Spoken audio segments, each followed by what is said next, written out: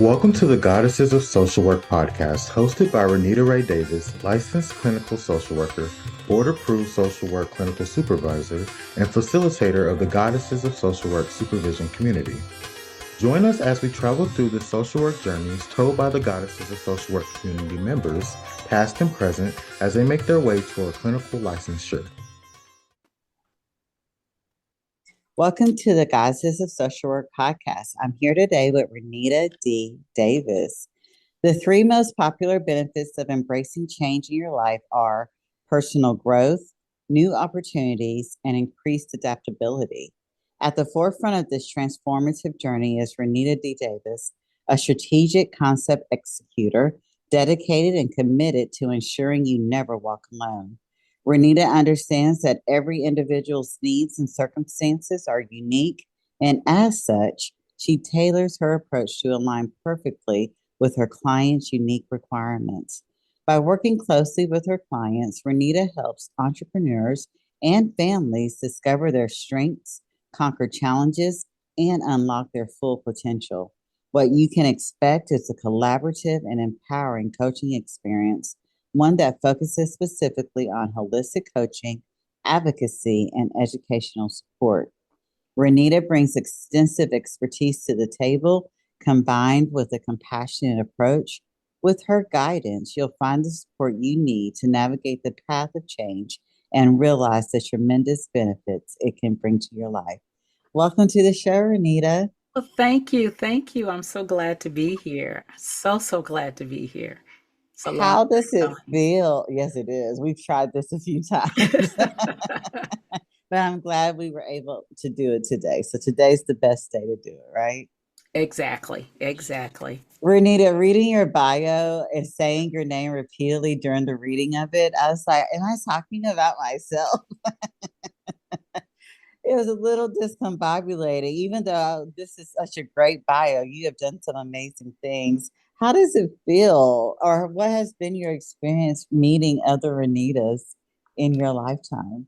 You know, I've always thought I was the only one. When I Me was too. younger, nobody had the name, and I used to feel so alone, right?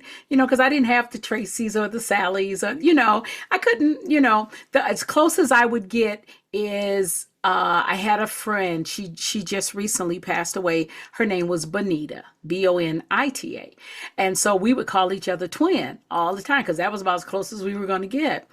Um, but meeting other Renitas, and I've done a lot of them. I've met a lot of them through LinkedIn. I see the name. And so I usually tap on it. Hey, my name is Renita too. And it's very exciting. I know they're not doppelgangers, but it's just that I have someone that I can say that I have a kindredness to, because I went as far as even just looking up my name trying to figure out what it means. And what I found when I was looking it up is that Anita is birth, and I'm Nita, but I am Nita, so I am reborn or born again. And I'm like, oh, okay, I got that. And I think about my life, and I know we're not in that yet, but I think about how my life is totally evolving. And I'm like, yeah, I'm being reborn over and over and over again. This is just amazing. But yeah, so it's always exciting to meet another Renita. Renita, can I tell you, I just recently, which is so weird because I love looking at meanings of words, that's my thing. But Mm-hmm. I just recently looked up my name and it absolutely said reborn. And I was like, Mm-hmm. oh, okay, well, that's interesting. But the way you just described it of being reborn over and over and over, I'm Mm-hmm. like, that was so beautiful. And that is absolutely it. And yeah, that's what our names mean as Yeah, reborn. yeah, we're Yeah. born again. And it was so cool because I think it was a couple of years ago, my husband and I were in Georgia, and we went to this thrift shop or something. And I had on this t-shirt that I had found, and it's born squared. it's the word born, and then it's got the two for the squared, right? So I'm born again. And I was talking to a gentleman, and I was like, yeah, this is my name. So Mm-hmm. I'm walking around with born again on my name, on my shirt, and I know that it means me. I mean, like, it really means me. It literally Yeah, means you. Isn't that and cool? that was just so cool for me. So yeah, yeah. Yes. And the other identical thing that a part of your story, the only other Renita I knew was a very similar Bonita, Bonita, as well. She was my best friend from the time I was in junior high up until we graduated. I was in her wedding and Oh everything. And wow. so the Yeah, fact that you also had a Bonita, I was like, yeah. me too. I had a Bonita as well. Yeah. There's a And I purpose and a plan for everything, I promise. Absolutely. And so to meet you, to just recently have looked up the meaning of the name, to have a Benita, oh, that just feels like so synchronistic. I Yeah. do want to pause for a moment and give my condolences to the loss of your friend, though. Thank you. Um, Thank you. yeah. Yeah, it was sudden. It was Mm, really sudden. And I suddenly, because I don't believe she was still in the state. She had moved someplace else. So I would peep at her through Facebook, and then all of a sudden, the next peep that you get, you're like, "Oh my gosh, I am not seeing this." But I really was. Yeah. So, yeah. and we were elementary school and Wow. junior high. Yeah. Wow. Well, my condolences and just holding space for her right now in Yep. this Yep. moment. Yep. Yep. Yeah. Yeah. So, Renita, I almost called you Benita. What did you most like? What did you want to be most like when you were growing Oh gosh. up? When I first thought about growing up, I wanted to be a baby doctor, a pediatrician. I wanted to be a baby doctor so bad. I mean, that was just all that I could think. I wanted to do that. Um, yeah, I wanted to be a pediatrician. So ask me how it changed from there to go into social work is amazing. But yeah, I wanted to be a pediatrician. I wanted to help people. I wanted to take care of the babies. I think what scared me was all the science that I had to go Yeah, through. Yeah. yeah. And then when I had to find out that I had to birth those babies, I was like, I don't know if this is what I really want to do now. But yeah, it has always been, a pediatrician. So, but my love for children and my wanting to always be there to serve and to help them has never changed. I just do it It different. found an outlet. Yeah, Yeah, I it found an found an outlet. outlet. Yeah. Yes. You know what? I actually have a client who's a black midwife, and she calls it catching babies, and she loves catching Yeah. babies. Yes. Yeah. But what's so interesting is she won't touch a fish. So it's so interesting the things we're like, okay, I'm willing to do that. I'm willing to get all up in your brain and learn all about your emotions, but I'm not touching no baby. Yeah, yeah, yeah, exactly, exactly, exactly. Wow. That is fun. All right. I am so excited about getting into your social work journey. We have the same name. We've had similar friends with the same name, but I think that our journeys into social work are going to be different. I don't know, but let's find out. So tell me, Renita, a little bit about your social work journey. How did you get here? Ah, And where do you want to go? What are your plans? well, how did I become a social worker? It actually is my daughter's fault. And the reason I say that is because I started out in psychology when I married at 25. So I was kind of young. And I wanted to make sure that I raised my child right. I wanted to know as much as possible. So I went to college. It's an old college that is no longer here, but it was called Barra College, Barat, Barrett College. And the cool thing about Barra College is that the staircase in the library was actually used in an old movie. Okay. But anyway, so I went to Barra and I decided I wanted to. learn psychology, right? And I wanted to do child psychology, child development, because I wanted to learn. And so I did that, took the classes, got my degree, and it evolved from there to just always knowing or wanting to know why people did things. And I found that people always came to me and talked to me. And so the journey to psychology kind of flipped. And I said, you know what? I can do the same thing in social work, because what I really want to do is help people. What I really want to do is help guide people. And I really like to advocate for people. Psychologists don't really get to do that too much. So that's how it shifted. I then went to get my master's in social work, and I got my 73. I got my type 73, so I was able to work in the school system. You're going to have to explain to me what that means because I've never heard of that.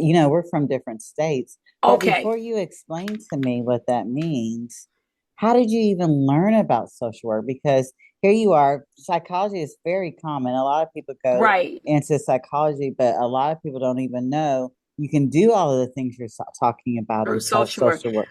I think I talked to my advisor, and because I was an adult, I was a mom at this point, and really all I wanted to do was just do this. I just wanted to learn about child development, and that kind of sparked my journey to search for more. And in that search, talking to counselors and all of that, that's when I learned about how I could do these things in with a social work degree, right? And then I started meeting social workers and seeing what they do, and I'm like, that's it, you know. So you didn't have any preconceived notions about social workers like some people. You had never heard of it, and but then you got to meet some, and you're And like, then now I'm home. yes. Yeah. And I was like, yes, that is what I want to do. And so from there, and when I went to Aurora University, George Williams School of Social Work, and in there you have two tracks. You can either go public or you can go educational. I decided I wanted to go education because, again, I'm still about the child development. I'm still about the babies. And so I wanted to go into the schools because growing up, I saw the need. And one day I was in church, and my former pastor, he was giving a message, and just as loud as I'm talking to you, he was talking about helping people and being that advocate and the need, right? And just as loud as I'm talking to you, I heard this voice says, that's why I have you in social work.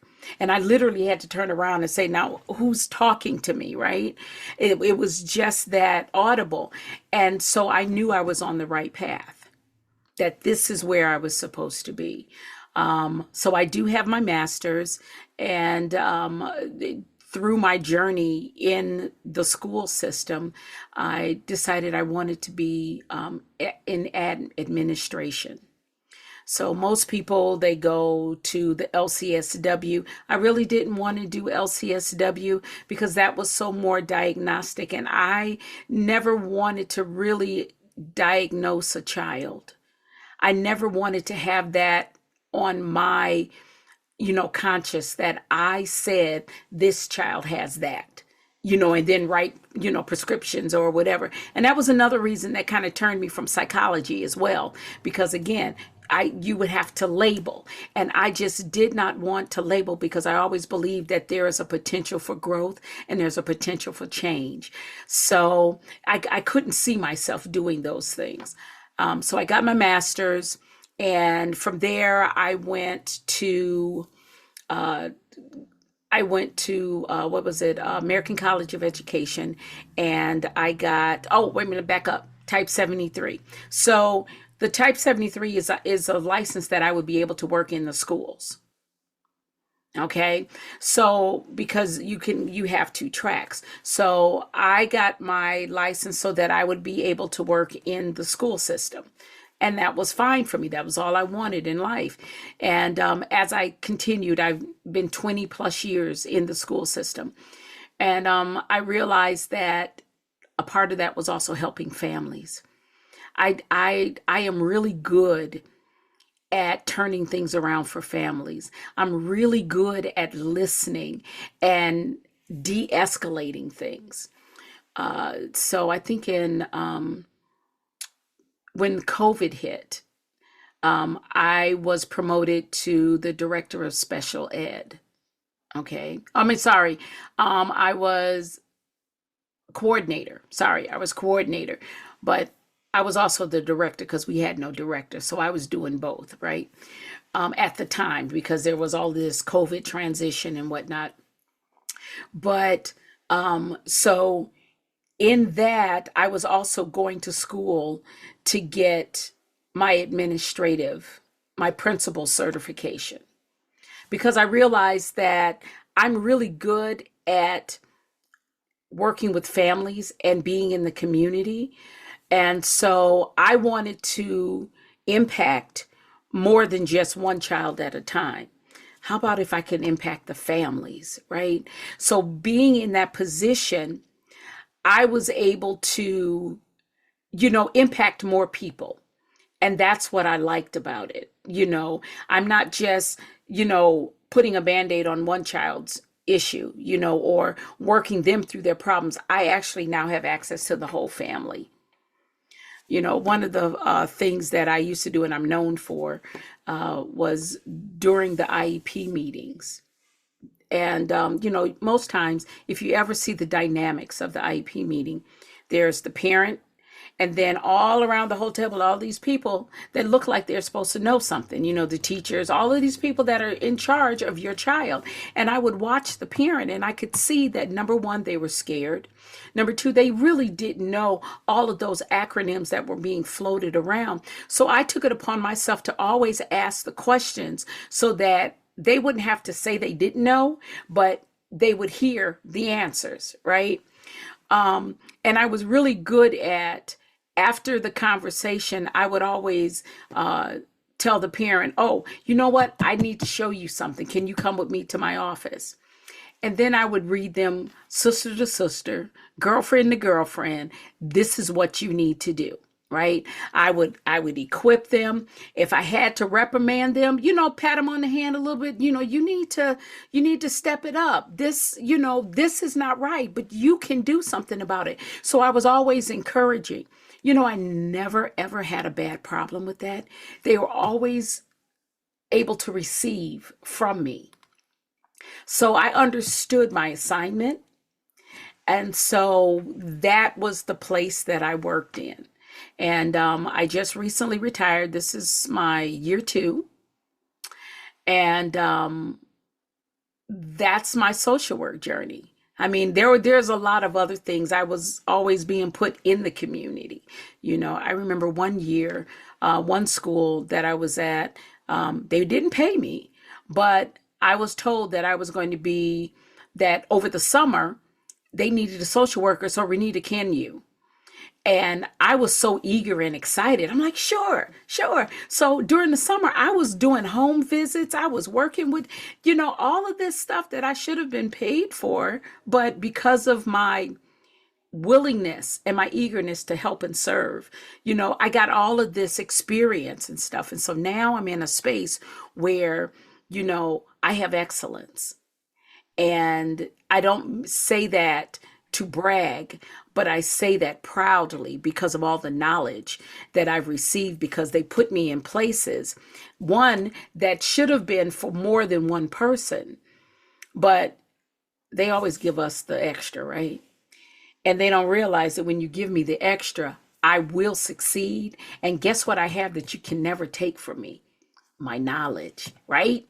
So now I can go anywhere. And I can take everything that I've learned, and you can't take it from me. And you can't mess it up or anything like that.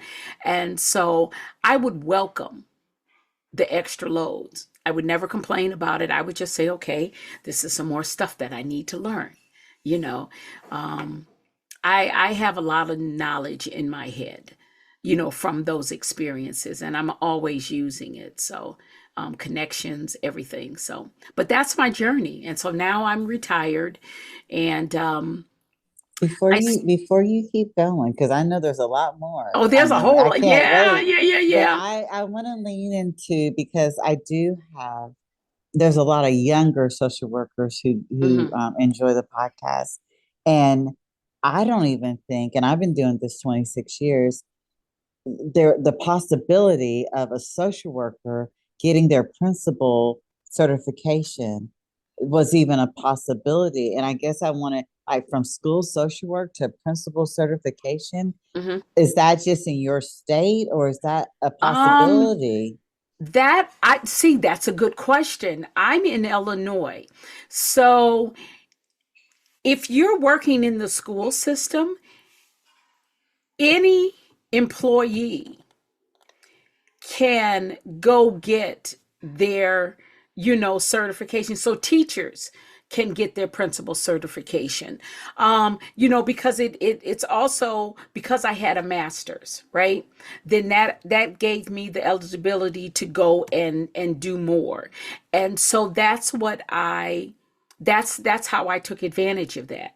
And it was really cool. This was just a little hack that I had. I paid the first, let's say 3,000, right? I paid the first 3,000, but my school would reimburse me because my pledge was, excuse me, stay with the school for so long, yada yada. Yeah. Mm-hmm. I never paid for anything. Mm. I would always recycle that money and pay it right back in. So when they gave me back my first 3,000, I would take that money and I'd pay for the next semester. And then they reimbursed me for that and I'd pay for so I only was out probably one fourth of the Mm-hmm. money. So if you are strategic in how you do things, and if your school allows it, you can go to school and not have, all of that extra burden.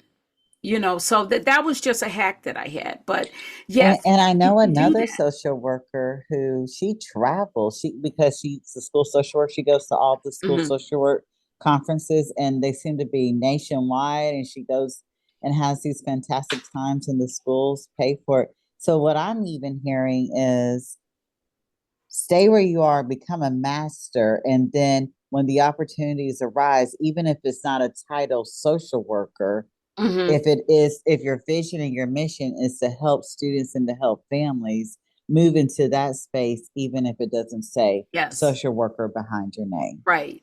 Right. So, and you know what? I'll always have my M.S.W. And Mm-hmm. technically, I have an L.S.W. because Illinois grandfathered us in, especially during COVID, right? My problem was that I ran into a glitch, and that's what my book is about, the glitch. And in that glitch, I was not able to get the school to actually vouch for, sign off for that LCSW. So I've got it in spirit. I've got the LCSW, but really, I don't have that. And I sometimes think about and figure out how can I go about getting that one thing that's really mine, but I don't have it on paper yet. And then I think about, is it really that important at this point? That's my question. Yeah. Is it really that Is it important? really? Because what I'm Yeah. looking at is Renita D Davis, author. And Hmm. before we hit record, you kept pulling out book after book after book that had your name on it. And I'm like, I want to know more about that. How did you become Renita D Davis, author? And what are your books, and what are they about? Okay. So, okay, I'll start with this one. This is the beginning of my journey. This is just a photo book. We all do them, right? We get all these photos on our phone and we want to put them in a book. So we will have them and get them off our phone. Well, that's what I did. All of the little Facebook things that I had, I decided that I was going to create myself my own devotional. Now, so one year, 2020, I think I'm going to say 2021. I think it's 2021. 2021, I was so full of gratitude just to be alive, right? And in that space, I wanted to do something because my birthday was coming up. And so I'm sitting here and I'm like, I'm just so thankful that I have another year, another day. And this idea came to me that for the month of January, up until my birthday, which is the last day, I was going to write something, post something on Facebook about just a word of encouragement. And that's what this book is. It's all of those 31 posts, and then I just added a couple of pictures. So this is my 31 day. This is my personal devotional for me. Nobody else but me. It's all about me. My face is in here. Everything says Renita Davis, right? So this was the beginning, and I decided I was going to take a book challenge. Mhm. So I have a cousin who is also an author, right? Actually, I have two, but the female cousin, she got me connected to this publisher, and they were doing this thing, and I decided to step in. I stepped in, and they were talking about how to write a book and all of this sort of stuff, and she talked about journals and devotionals, and I thought, wait a minute, I have one. I already have a book. So this book, The Measure of Gratitude, is actually this book, but inside of it, it's 31 days. And what I did was I took my time. If you saw the first book, this was the post that I did. Then I sat down and I found a scripture. Then I sat down and wrote a dialogue for it. And that's how this was born. But this is really this. So I sat down and every Sunday and just started writing.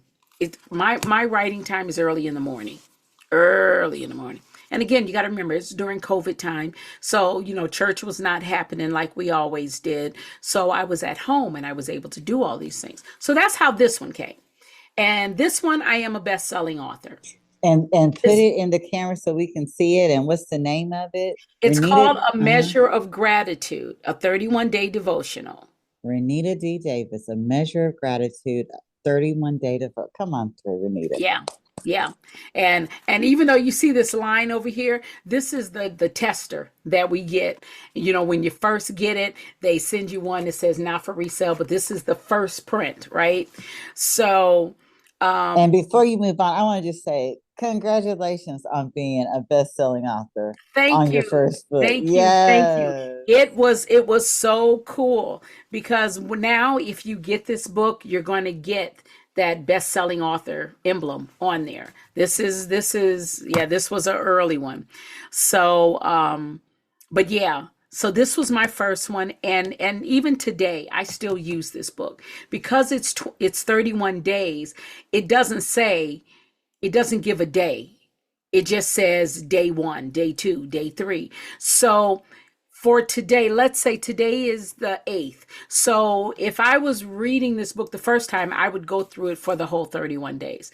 Now I just go to the 8th and look at what it says. And it says, thank you, Lord. I have peace even when the goofy is running amok. And every time I read this on the date that I choose, it always fits. I just had the goofiest things happen to my car, right? So, it's like the thing that I found about this book is that it meets you where you are. That is a guarantee that it meets you where you are on the day that you pick this book up. And it's a book to help you get in that space of gratitude.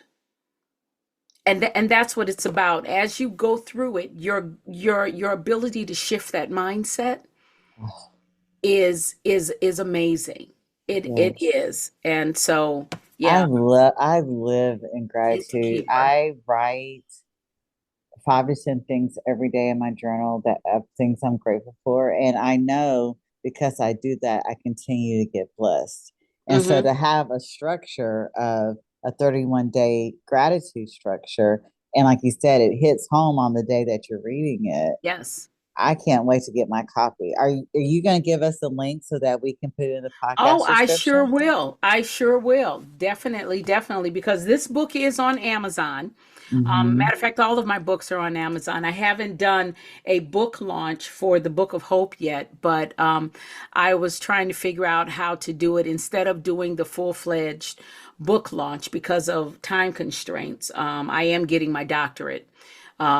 So I'm writing my dissertation, and even now I'm talking to you, my brain is like, okay, you got to get back to that dissertation, because hopefully, no, not hopefully. Nah, yeah. So December the 13th of 2025, I will also have a puffy hat. Oh, come on through. So yeah, Yes, yes, yes. yes, yes, and Congratulations. yeah, and And that and before we that's get, before, because I want to hear about the Book of Hope. oh, the Are Book you, of Hope. yeah, Okay, so it hasn't all been right. launched yet. Okay, so it's published.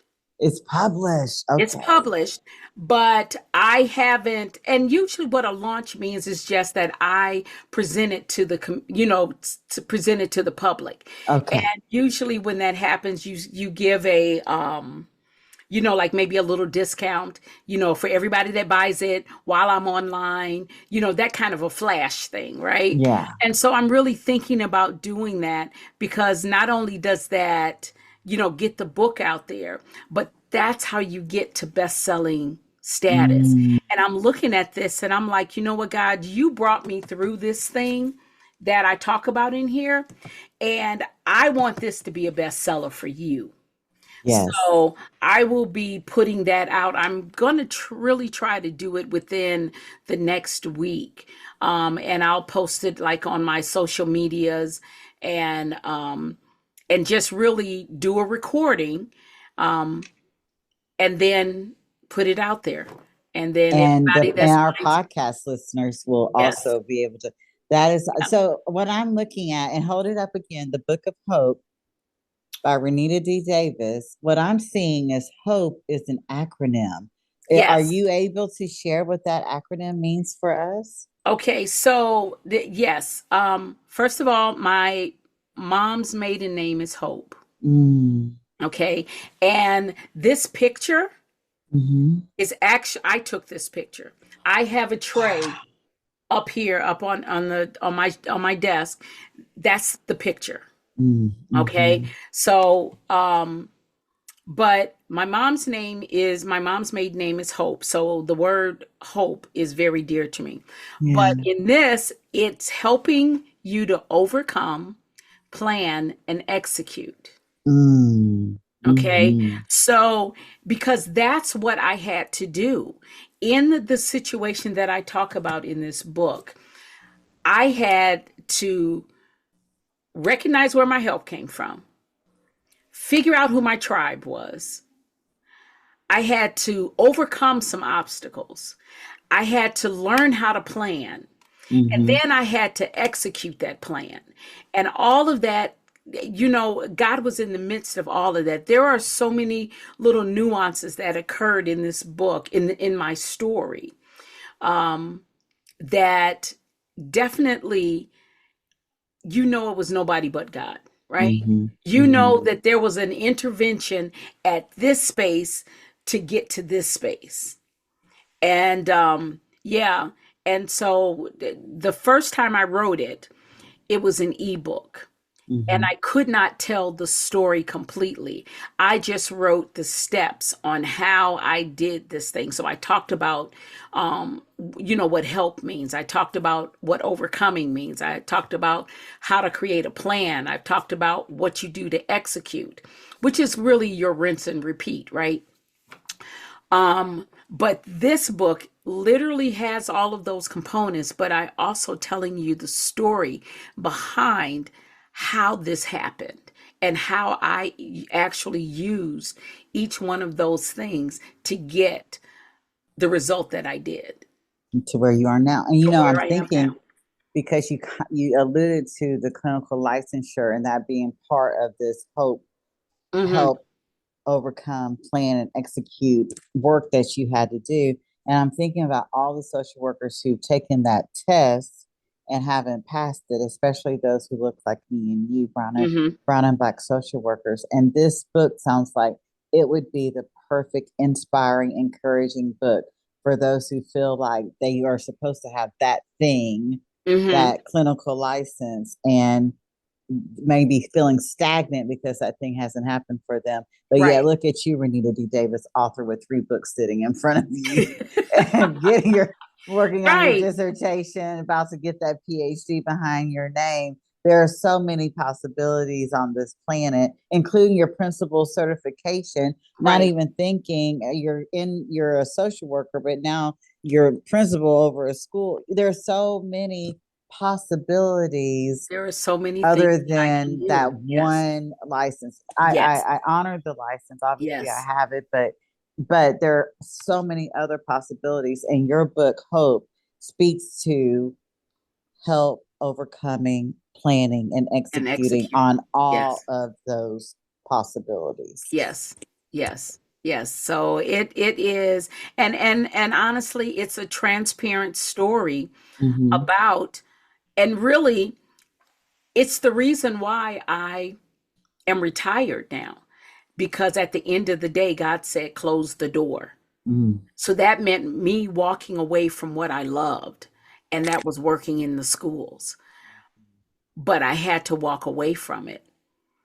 And I had to trust him. And I had to believe that me walking away from the thing that I thought was the only thing that I knew how to do, right? Mm. But in the process of what I went through, I um, started my own business, built my own website, uh, got uh, I got a certification as a coach, Mm-hmm. you know. So, and I market myself as an educational consultant because I've been in the school for 20 plus years. You know, I don't need a certification for that, right? I've got the credentials, I've got the experience behind me, you You know. have the wisdom. Mm-hmm. Yes, yes. So, Mm-hmm. you know, what was shown to me was that I can build with what he has provided for me. But you already have. Which Yeah, you already yeah, have. Absolutely. yeah, yeah. Absolutely. And we'll get the link for that as well. Yes, Right? yes, Yes. yes. That is exciting. So now what I heard you say, because we were moving so fast with all your accomplishments, you're going to be Dr. Renita D. Davis by the end of this year. By the end of this year, December 13th, I will be in Atlanta, Georgia, graduating with my doctorate in ministry, Mm, transformational leadership. Now, isn't that crazy, right? that's beautiful. Transformational leadership. That's who I Mm, am. You hmm. know, funny story with that one. I've always wanted to get my PhD, right? And I used to tell the joke that, yeah, well, I'm take everybody to the airport. This is when everybody could go to the airport, and I'm going to have them announce it. You know, Dr. Renita Davis, you have a phone call, just something so I can hear it in the air, right? And after that, I'm good. You don't have to call me doctor again. I just want to hear it in the air, right? And so I thought about it and I was really looking and I wanted to do sociology because, again, my curiosity about why people do the things that they do and Mm, realizing that we're all the same. Sociology teaches you that, you know, we're all the same. And I said at that at that point in time, I said, you know what, God, I really want to go to school, but I want to go free. yes. You know, so I started looking for like fellowships and this and that. And something happened where I just had to put it off to the wayside because life was lifing. Well, now I am going to school and I am not paying for it. Mm, And the reason I'm not paying for it is not because, you know, somebody just decided to say, hey, you know, I'm going to give you this, but because of all of that excellence that I have, I'm yes. able to barter it out. So I work directly with the president of the university.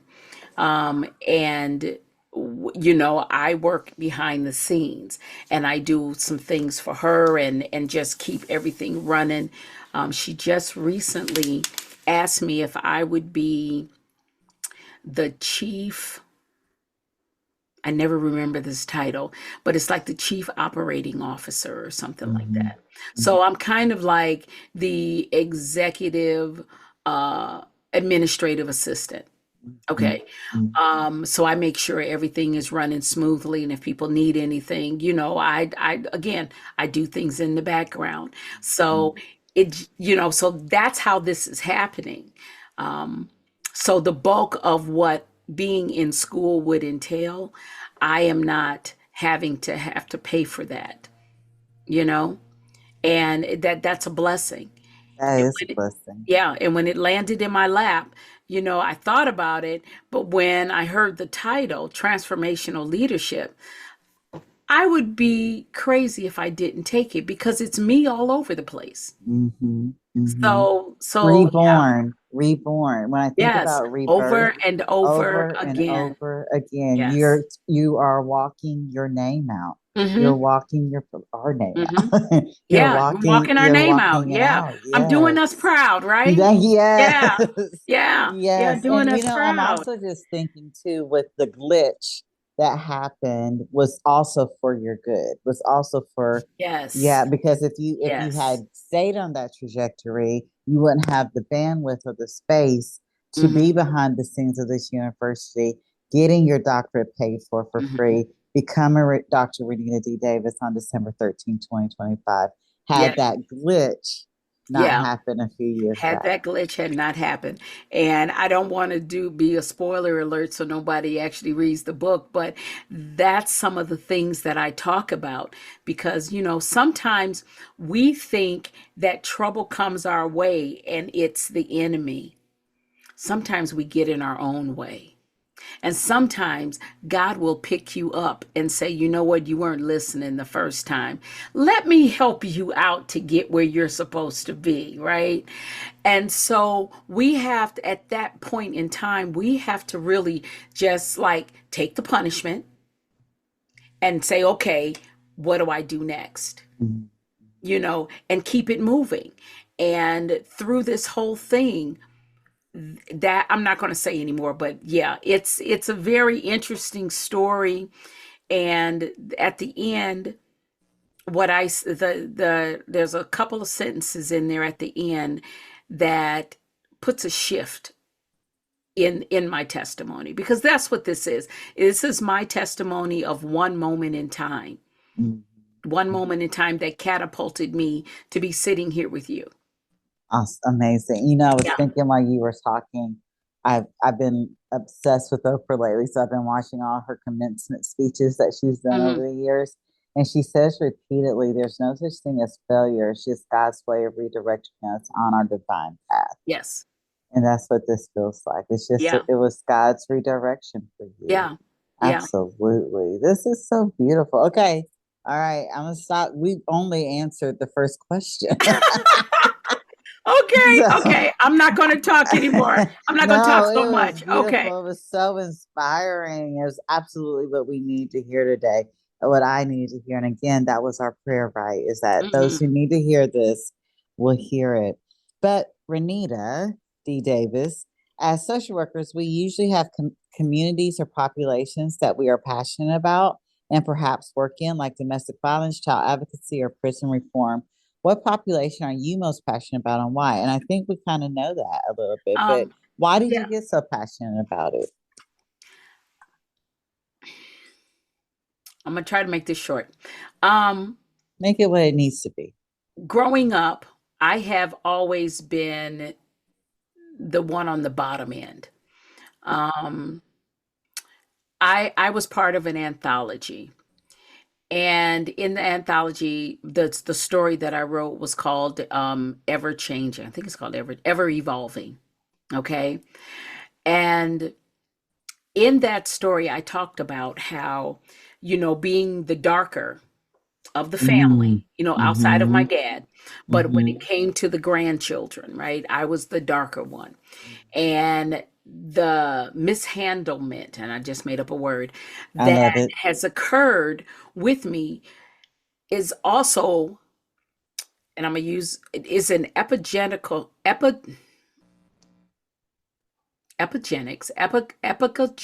way. I know I said that Mm-hmm. wrong. Epigenical way that caused me to think and do things and not be and to be very timid, right? And always, I was always the one that was made fun of. I was always the joke of, or I had a half sister who would just do mean things to me. And but I still love my family, right? And so I would keep going blindly back and getting my head bumped.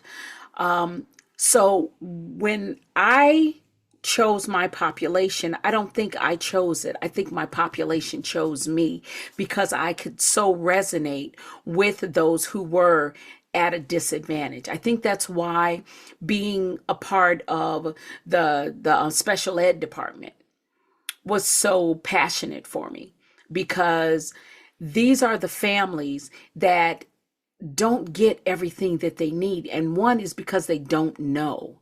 And so I took it upon myself to be that advocate for them. Like I said, when it comes to the IEP meetings, I'm asking those questions that I know the mom wants to know that she can't, or she doesn't want, because she doesn't, she's too afraid or too overwhelmed or too, intimidated by the group of people that are supposed to be there, right? Mm-hmm. Not knowing her own rights. And so I've always felt that, somebody needed to speak up for them. And so that's what I did. Yeah, they didn't like me in the IEP meetings sometimes. I'm so glad though Yeah. for you doing that. I want to say thank you. Thank you for doing that for those families, for those mamas. I'm not with raising my kids. I wasn't ever part of the IEP meeting, but I remember having to have a meeting with the principal and the assistant principal, and my kid was there. And I remember him walking out and was like, Mom, I didn't know you were going to stand up for me like that. Like Yeah. a lot of people could feel intimidated by Yes. the authority that these school officials have. Right. And if you're not one who knows how to stand up for yourself, you can leave there and your kid who's watching everything you do, it's like, oh, well, she's not going to stand Epigenetics. up for me. Yeah. Why It's should I stand up for epigenetics. Yeah. myself? Yeah, Yeah. It is, absolutely. because now they see that Mm-hmm. there is no power. So as they get older, even though the door is open for them to do more, they won't go through because they've been trained. And when I looked up the word epigenetics, Mm-hmm. and a friend of mine, we were talking about epigenetics, and I was like, let me look it up, okay? And it's not about something that's genetic, it's more about environment. Yeah. So if your child was in that environment and saw that you were powerless, how in the world are they going to feel like they're powerless? The Absolutely. likelihood of them is Mm-hmm. very slim, Mm-hmm. So yeah. So that's how I believe it chose me, because I lived it, and I knew I could do good there, in that space. That space right there was where I could do good. Yeah. And I'm thinking, we just had the Goddesses of Social Work is a supervision community, and as they graduate, they do a presentation. And one of my goddesses, she just did her presentation on social workers and the IEP, and that's exactly what she was talking about. Parents, like you have Hmm. all of these rights, know what your rights are, and I'm so proud of social workers trying to empower our parents to know what their Hmm. rights are and to stand up for themselves and for their children. And even if the parent isn't ready because of their own experiences of not Hmm. being able to stand up for themselves, us as social workers showing the kids, I can stand up for you. I Right. can advocate for you could be maybe Right. the only model that they see Yeah. having that done for. So thank you for that work. Yeah. I miss sitting down with my middle schoolers, and just having those conversations. It was funny because they would skip class to come in and just talk to me. And so I'm sitting over here trying to be creative to come up with a reason why they're here so I can give them a pass. But just knowing that they came for the wisdom, or they came for the Mm, knowledge, they came to talk you it was a safe space, yeah, you know? yeah, Yeah, yeah. Thank you for creating that for those babies. yeah. Renita, what is one belief about social work that you started on this journey with that you feel has changed the most for you?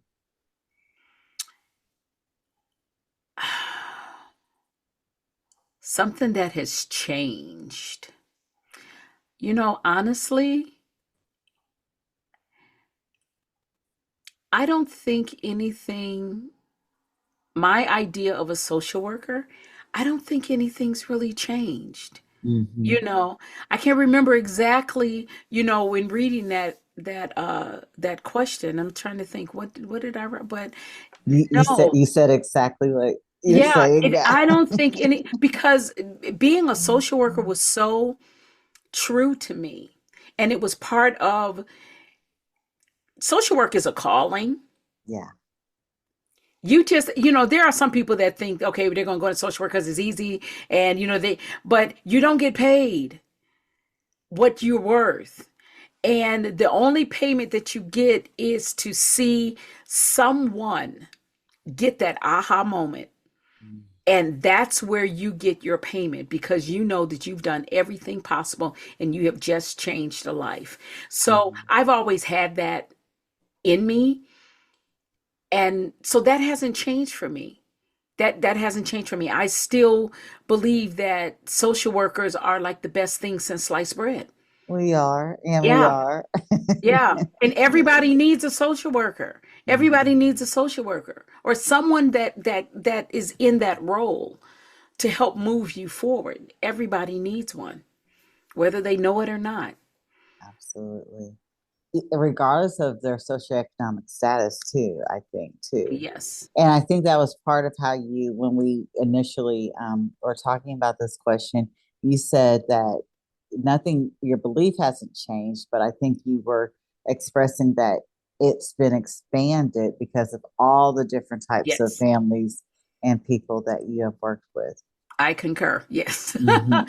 Yes, exactly. Exactly.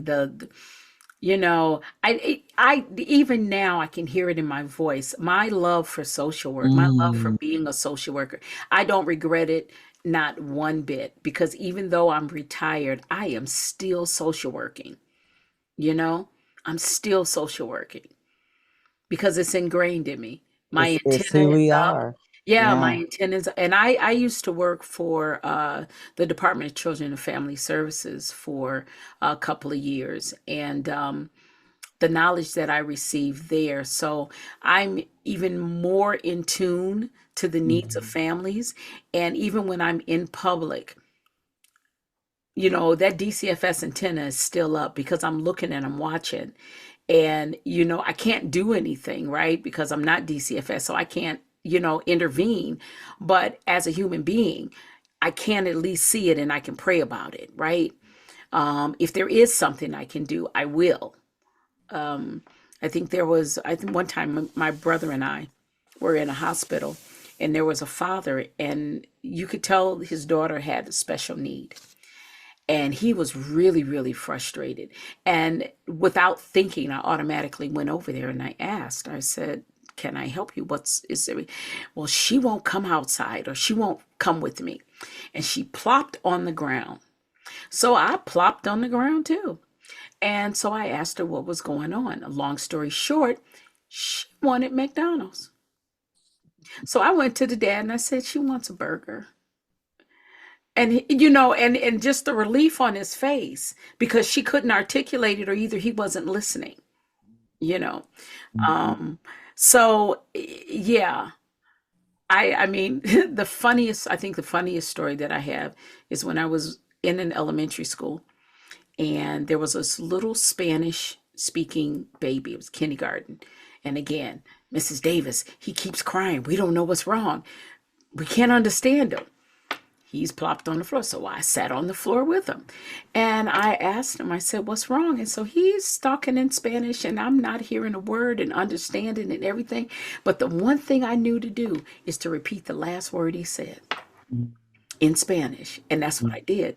And he was like, see, see. And he blah, blah, blah, again. And I'm like, oh Lord. And I kept doing it. At the end of that little encounter, he gave me the biggest hug and he ran off playing. Mm, I have mm. no idea what I said to this child. I have no idea what his problem was, but whatever it was, it got fixed. He needed You you to know, listen. yeah, Hmm. because someone Hmm. listened. That's Because it. someone listened. So yes, Hmm. I love social workers. I my hat's off when Social Worker Month comes up. I'm always celebrating, you know? It's my favorite time of year. Yeah, Yes. yeah. Yes, it is. Yes, it is. Yes. And you know what? I hope that you know that even though you've retired, like you said, social work isn't a career or a title or It's a profession. It's a lifestyle. calling. Yeah, Yeah. And it's a a life. lifestyle. And so retired or not, once a social worker, always a social worker. Yes. Yes. Exactly. And that's the thing that I've learned. So even in the career that I'm in now, Hmm. I'm tapping into my social work skills. You know, that's what I'm doing. So yeah, it's what I love. Yeah. My favorite social workers are those who love social work. Yeah. Yeah. We are coming to our final question. And it's just been such a joy, Renita. I know we tried 3 or 4 times to do this. Yeah. Yeah. And then the last And- one I bailed on you and I was like, "Oh my gosh, I didn't look at yeah. but you know what? You're having your book launch or if Yeah. something. Yes, and I'm so glad we Yeah. got to discuss that because I don't even think that was on the agenda if we had did it when we were scheduled to do it. We are Right. doing Right. it exactly when we're supposed to because Yeah. people needed to hear that Yeah. story today. But my question isn't really a question. It's just you have so much wisdom. You have so much knowledge. You have 20 plus years of being a social worker. Like I said, we have social workers of all ages, but Hmm. mostly students who are listening to this podcast.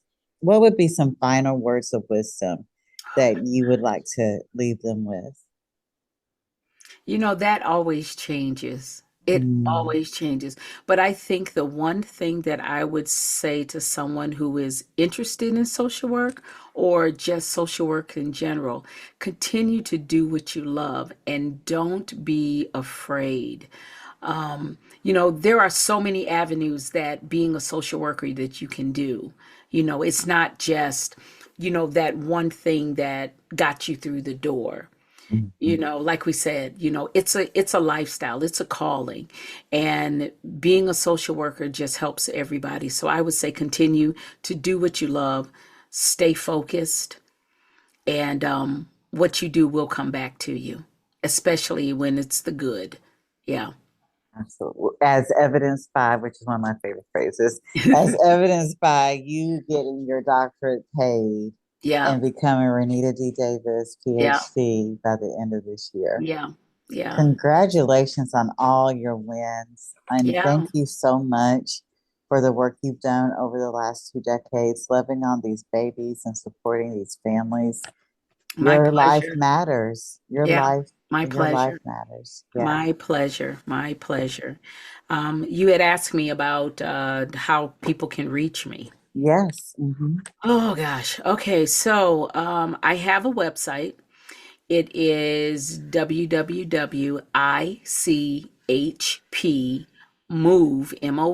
www.ichpmove.com. That's my website. You can also reach me on Facebook. I have a stream that I do every Monday morning, and it's called Faith Cafe. And you can watch it on YouTube because I'm trying to transition into the podcast. But right now, all of my streams are there, and that's at Renita D Davis. So there's two D's in there, underscore IC, no, sorry, at Renita D Davis underscore Faith Cafe. I'm sorry, I was about to give you something else. My Facebook, you can just look up Real Renita D Davis. That's because I got hacked and I had to restart all over again. So it's Real Renita D Davis. That's all one word. I also have an Instagram and a LinkedIn account. And again, everything is either ICHP, which is International Community Hope Project. Again, there's the hope again, which is my LLC. And so you can either find me there on LinkedIn the same way. Just look for Renita D Davis, Faith Cafe, ICHP. You will find me. You will find me. Awesome. And you will also be sharing all of those links with me so Yes. that we can put them in the podcast description Yes. box as well. Yes. Yes. Yes. So people will be able to access the books and how to reach you on all of your social media platforms, including your website. And I love to communicate with others. So yes, please drop me a line, talk, just say, hey girl, hey, I'm good. Yeah. We will make sure we do that. And just a FYI, I'm loving your vision board in the background. The Goddesses of Social Work, we have vision board parties every year. And so to see that this whole time, I'm like, I love someone who has a vision and keeps it on their wall, because that's what we talk about all the time. That's my roadmap right now. That is a 2022 vision board. And I didn't do another one because this one is actually, this was the second one because I did 2021 and then my 2022. It is such a roadmap to where I'm at right now. I would probably put the same things up there. And I'm just watching them happen, Love it. And that's what Habakkuk 2:2 says. Write the vision down and make it plain so that I can see it and run with it. You got to put it in a place where you can see it on a daily basis so that Spirit knows to go and do that thing. And you don't see it, but let me see if I can get this without being too difficult. Oh, yes. I have next. Yeah. So when I get tired of doing whatever I'm doing, I turn around and I look at that wall and it says next. And it's not the next of, being sarcastic, but I'm preparing for my next. And that reminds me that I need to turn back around and I need to start the grind again. So I have that's my next. I'm always working toward my next because there's a next. There is a next. You got to keep encouraging yourself. Yes. Absolutely. Yes. Renita, thank you so much for joining the Goddesses of Social Work podcast. It has been such a pleasure. It has been a pleasure. We will definitely stay connected. Thank you for listening to today's episode of the Goddesses of Social Work podcast. We are glad you were here. If you like this episode, please come back to hear more stories of the journeys through social work, and please leave us a review on Apple or Spotify. See you next time here on the Goddesses of Social Work podcast.